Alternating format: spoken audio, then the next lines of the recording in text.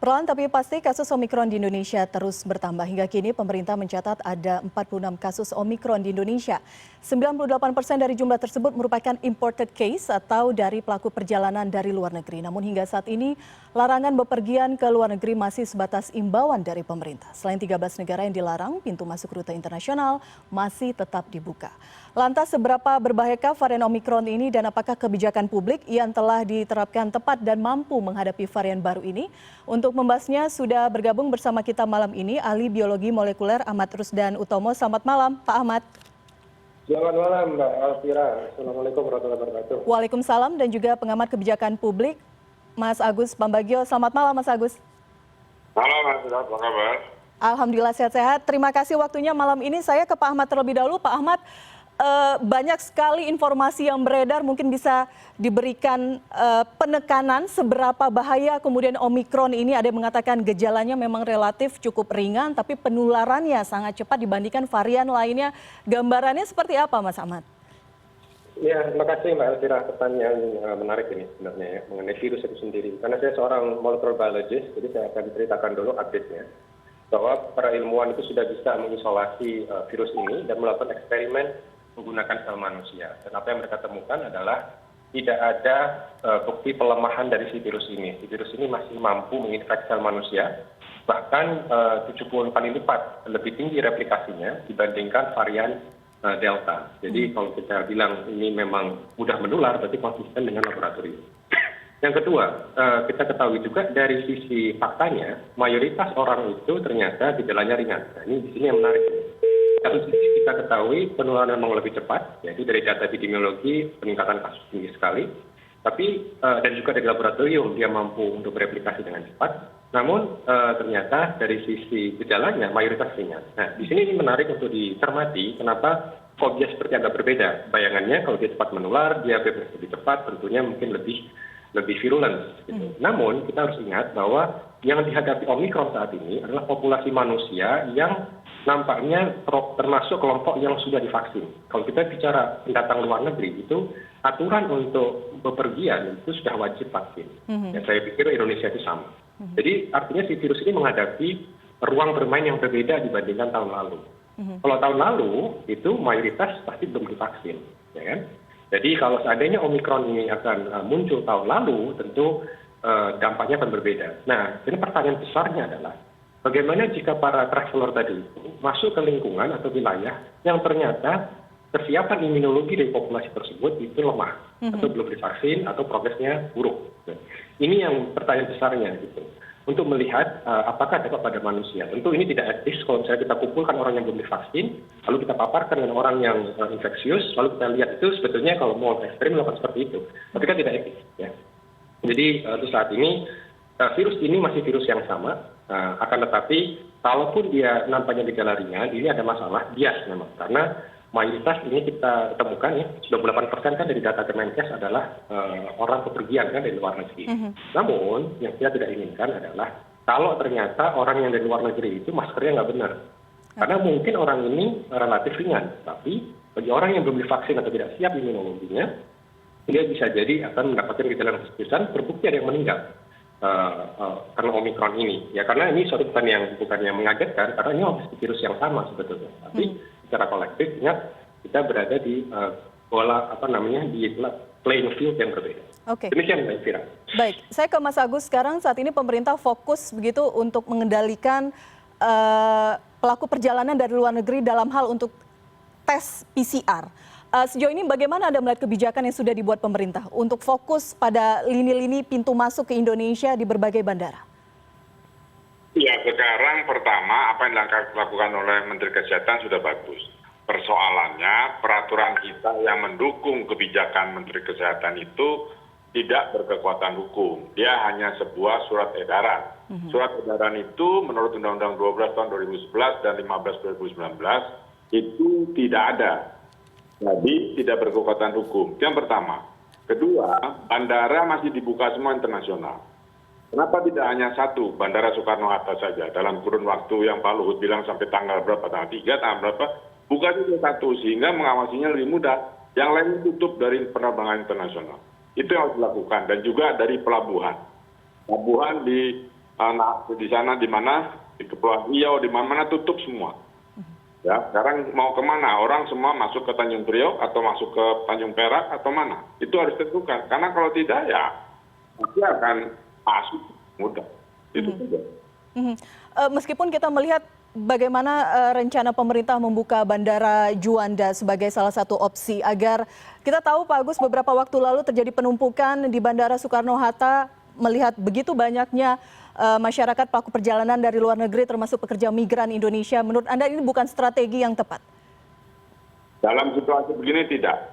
Itu justru akan lebih mudah mengontrol kalau satu bandara. Kemarin kenapa padat? Karena peduli lindungi juga sering drop. Sering dia rusak, drop, dan tidak bisa digunakan sehingga manual. Itu sering terjadi. Dan saya sudah sampaikan langsung pada Menteri Kesehatan beberapa waktu yang lalu. Karena saya sendiri mengalami 3-4 kali peduli lindungi itu drop di Bandara Soekarno-Hatta. Tentu bukan Bandara Soekarno-Hatta, ini ada di bawah Kementerian Kesehatan, yaitu KKP. Nah, jadi hal semacam ini kalau dibuka, satu kan orangnya mengontrol susah. Orang KKP di Bandara Soekarno-Hatta itu cuma sedikit. Padahal itu bandara besar. Hanya daripada buka kiri, kanan, atas, bawah, ya sudah Bandara Soekarno-Hatta saja satu untuk orang keluar masuk. Itu akan lebih mudah mengontrolnya. Oke, kalau secara keseluruhan bagaimana Pak Agus? Anda melihat apakah memang peraturan yang cukup dinamis ini memang sudah tepat untuk mengakomodir? Peraturan itu tidak bisa dinamis statis. Peraturan itu harus saklek, harus betul-betul penegakan hukumnya berlalu. Sekarang tidak bisa dilakukan penegakan hukum karena peraturannya tidak berkekuatan hukum. Peraturan digunakan surat edaran. Surat edaran itu sama dengan majalah dinding kalau kita kuliah. Yang bilang bukan saya, yang bilang adalah undang-undang dan juga para senior, profesor, guru besar tata negara. Oke, baik. Pak Agus, kita punya statement dari Menko, Pak Luhut, kita lihat bersama statement berikut ini. Ya. Pemerintah telah melakukan koordinasi cepat diantaranya dengan melakukan evaluasi kesiapan Bandara Juanda sebagai alternatif pintu masuk untuk pemenuhan logistik dan seluruh PPLN yang melakukan karantina di Wisma di Surabaya. Kesiapannya sehingga nanti kalau datang melalui Surabaya, karena kita harus bagi. Karena kalau sampai 6.000 yang masuk semua di Jakarta itu akan repot karantina dan Surabaya dengan Jakarta. Itu penjelasan dari Pak Menko, jika semuanya masuk ada 6.000 orang lewat Bandara Suta, repot begitu untuk mengurus karantinanya? Menurut Pak Agus bagaimana? Kan tidak, kan semua sudah online pakai peduli lindungi. Hanya saja peduli lindungi tidak boleh drop. Ya, 6.000 di sini lebih mudah ngurusnya daripada harus 2 bandara. Petugasnya harus banyaknya 2 kali. Oke, kemudian kontrolnya bisa berkali-kali. Kalau di Bandara Soekarno-Hatta karantinanya penuh kan banyak. Kan di Jakarta banyak sekali. Makanya jangan keluar negeri, kemudian juga buruh migran itu harus kontrol masuknya dari mana, lalu perginya kemana. Jadi pengaturan pada saat keluar dari pesawat, lalu PCR dan sebagainya itu harus ditata. Kalau seperti sekarang pasti akan numpuk. Dan lebih banyak kan kalau peduli lindunginya drop kan kita manual ngantri cetak dulu kemudian dicap dan sebagainya, itu juga menambah penumpukan. Itu pengalaman saya pribadi. Pak Agus, kita berkaca dari kebijakan-kebijakan yang diberlakukan di berbagai negara termasuk negara tetangga misalnya, karena kita tahu saat ini kekhawatiran mengenai meluasnya varian Omikron ini terjadi di hampir semua negara. Bagaimana Anda melihat perbandingan antara kebijakan yang saat ini diterapkan di Indonesia dengan beberapa negara tetangga lainnya? Gini, kebijakan itu harus ada dasar hukumnya. Kebijakan tanpa dasar hukum tidak bisa. Dasar hukum harus berkekuatan hukum. Kalau tidak ya percuma, nggak usah dibuat aja sekalian. Nah, kita ini menggunakan surat edaran. Jadi saya pikir itu blessing dari Allah bahwa kita hilang. Karena kalau kita lihat dari kebijakannya itu tidak tidak berkekuatan hukum. Jadi gimana? Mau mengambil tindakan? Oke, berarti ada catatan itu. Ini seperti mengulang gitu ya, beberapa kebijakan yang selalu dikeluarkan pemerintah tampaknya memang ada tataran yang masih harus diperbaiki lagi. Tapi terima kasih. Ya, makanya surat edaran. Oke. Di Undang-Undang 12 tahun 2011 yang diperbarui 15 2019 itu tentang tata cara pembuatan peraturan perundang-undangan jelas. Surat edaran tidak ada di situ. Lalu bagaimana? Oke, baik. Tampaknya ini juga menjadi pertimbangan bagi pemerintah, catatan bagi pemerintah. Pak Agus, terima kasih sebelumnya. Kita tahu ada kegiatan selanjutnya usai diskusi malam ini. Terima kasih. Saya sebutkan. Baik, terima kasih. Kita akan lanjutkan dialog malam hari ini bersama dengan Pak Ahmad Rusdan Utomo. Usai jeda tetap bersama kami di CNN Indonesia Newscast.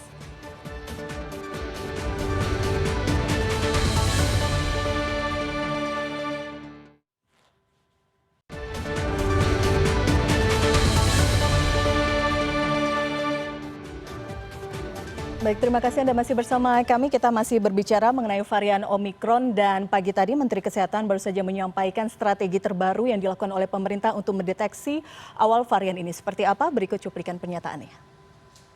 Kita akan menyebarkan teknologi baru untuk tes PCR yang bisa melihat markernya Omikron.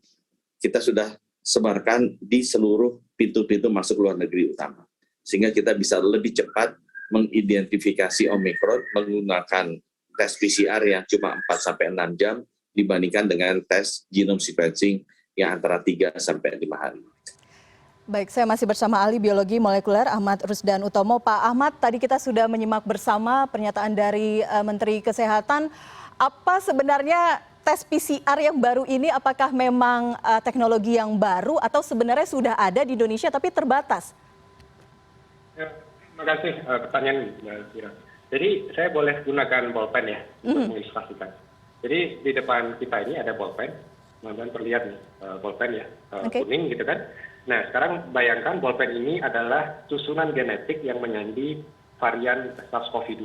Nah, jadi semua varian alpha, beta, delta, sama sampai omikron itu pasti punya sekuen dari ujung sini sampai ujung sini. Nah kita juga tahu ada di daerah yang di bagian pangkal sini, ini yang menyandi gen tanduk atau gen spike. Gitu. Nah uniknya, mayoritas mutasi yang menarik di Omikron itu lokasinya ada di sini, di bagian ujung sini. Sementara kalau kita lihat untuk deteksi rutin, kalau misalnya kita masuk ke studio, masuk ke kementerian, kan kita tes PCR kadang-kadang kan, itu biasanya laboratorium di Indonesia tidak menggunakan tes yang ini, tetapi menggunakan tes yang di tengah, deteksi yang tengah. Karena yang tengah ini biasanya akan dimiliki oleh semua macam varian. Jadi apapun variannya pasti akan ketangkep. Karena mereka fokus di daerah yang kuning. Ya, bukan yang bagian ujung, yang spike.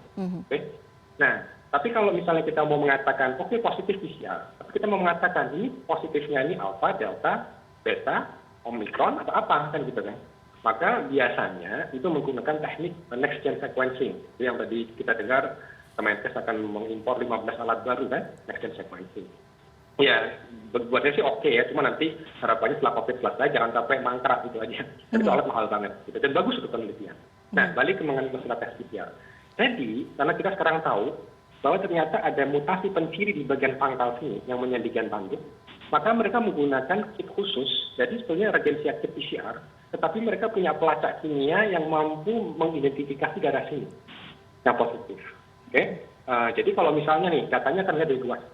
Jadi kit itu akan melihat di daerah sini dan di daerah pangkal sini sekaligus. Jadi kalau dia Omikron di daerah pangkal dia akan positif, tetapi di daerah di daerah kuning dia akan positif, tapi di daerah pangkal itu yang menyandi gen spike akan negatif atau failure. Nah, jadi mereka melihat dengan menggunakan PCR biasa, sebenarnya mesin PCR yang sama juga di Indonesia semua juga bisa, sebetulnya. Tapi kit ini khusus, dan itu memang khusus datangkan oleh Kemenkes untuk menyaring tadi itu. Karena kalau bayangkan misalnya ada pelancong dia pulang ke Indonesia atau warga asing masuk ke Indonesia, itu kalau mereka harus di sequencing dengan WGS, dengan whole genome sequencing, dan sequencing itu lama sekali, itu bisa 5 hari. 3-5 hari ya? Betul. Tapi dengan teknik ini, dengan kit khusus, itu mungkin hitungannya jam. Kan 3-5 jam gitu, maksimal. Gitu kan? Sehingga kita bisa buat keputusan mana yang sudah dikarantina, mana tidak.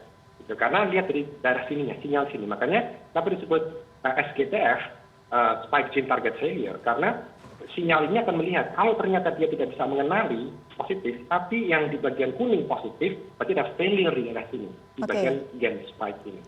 Itu sebabnya sekarang kita bisa melihat memang Kemenkes lumayan cepat, walaupun saya juga kadang-kadang khawatirnya kalau kita cari lebih awal lagi, mungkin kita bisa menangkap lebih banyak lagi. Tapi nggak apa-apa, ini satu bagian dari pembelajaran, tapi memang tekniknya sederhana, karena fungsinya dikit tadi itu. Baik, Pak Ahmad, apakah ini hasilnya sudah firm, kemudian tidak perlu dilanjutkan dengan genome sequencing, atau ini seperti deteksi awal, jika kemudian masih abu-abu tetap harus dilanjutkan dengan tes genome sequencing? Ya, jadi memang betul ya, itu selain bagus itu. Karena yang namanya SGTF itu juga terjadi di varian alpha. Misalnya. Jadi sebetulnya kan awalnya bagaimana sih itu varian alpha ditemukan, itu kan di Inggris ya.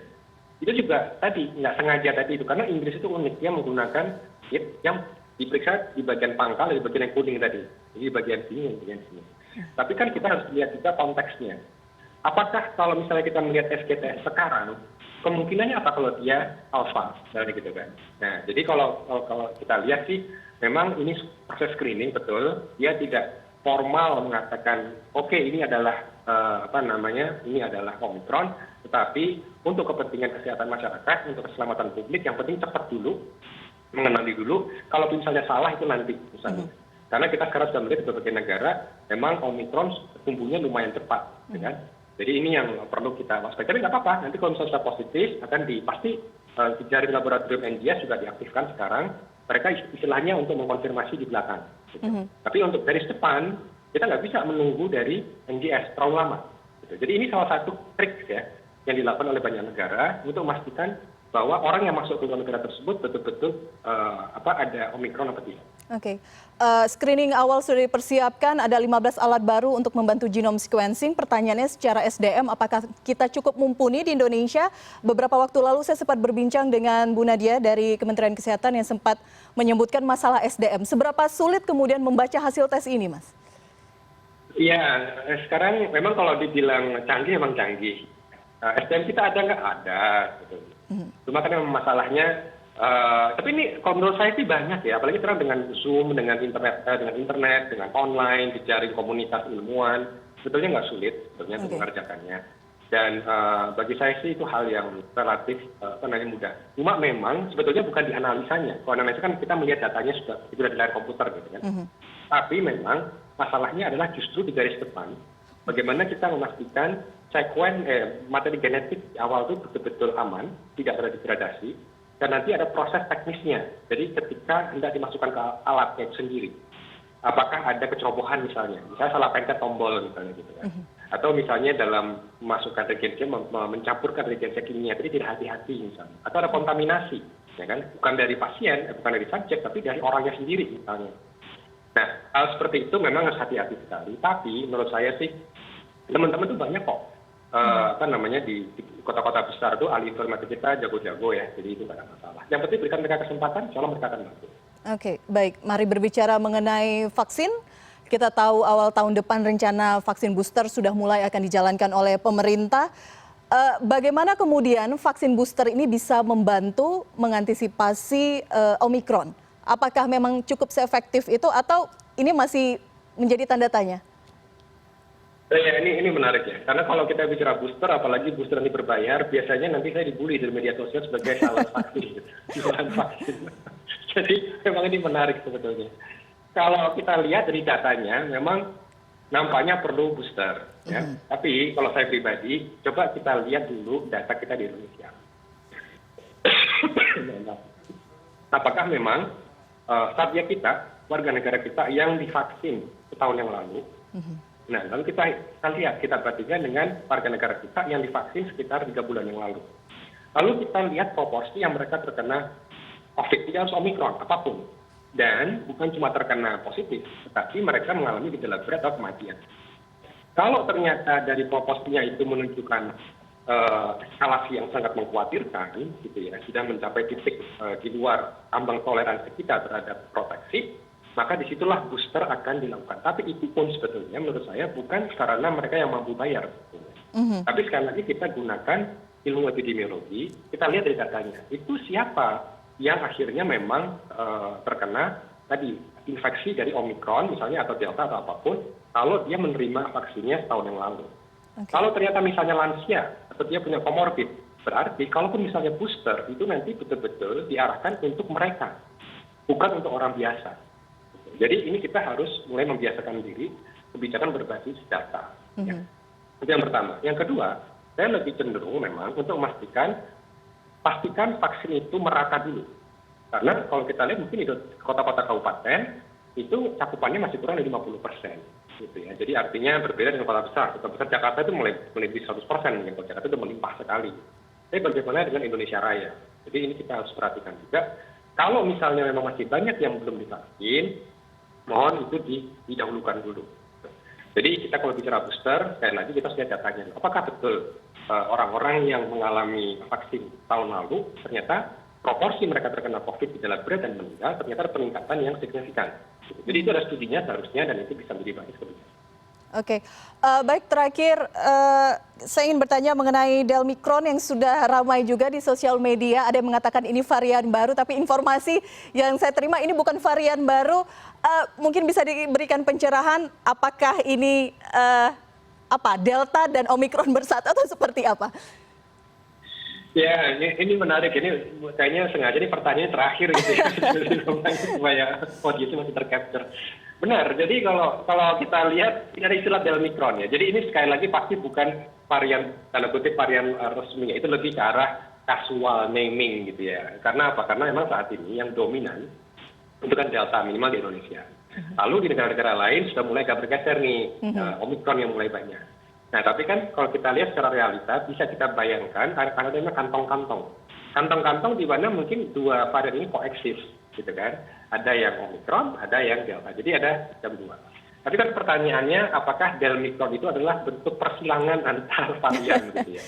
Tapi kalau misalnya itu adalah bentuk persilangan, itu harusnya namanya bukan Delmicron. Itu kita ikuti lagi dengan nama abjad Yunani yang berikutnya, gitu. Jadi tentu bukan Delmicron ya, tapi sekali lagi ini hanya untuk menggambarkan ya mood atau apa namanya ya secara bahasa kasualnya bahwa saat ini memang lagi ada dua dominan varian yang sedang berlangsung, Delta dan Omicron. Tapi sekali lagi juga apakah bisa berinfeksi pada orang yang sama misalnya?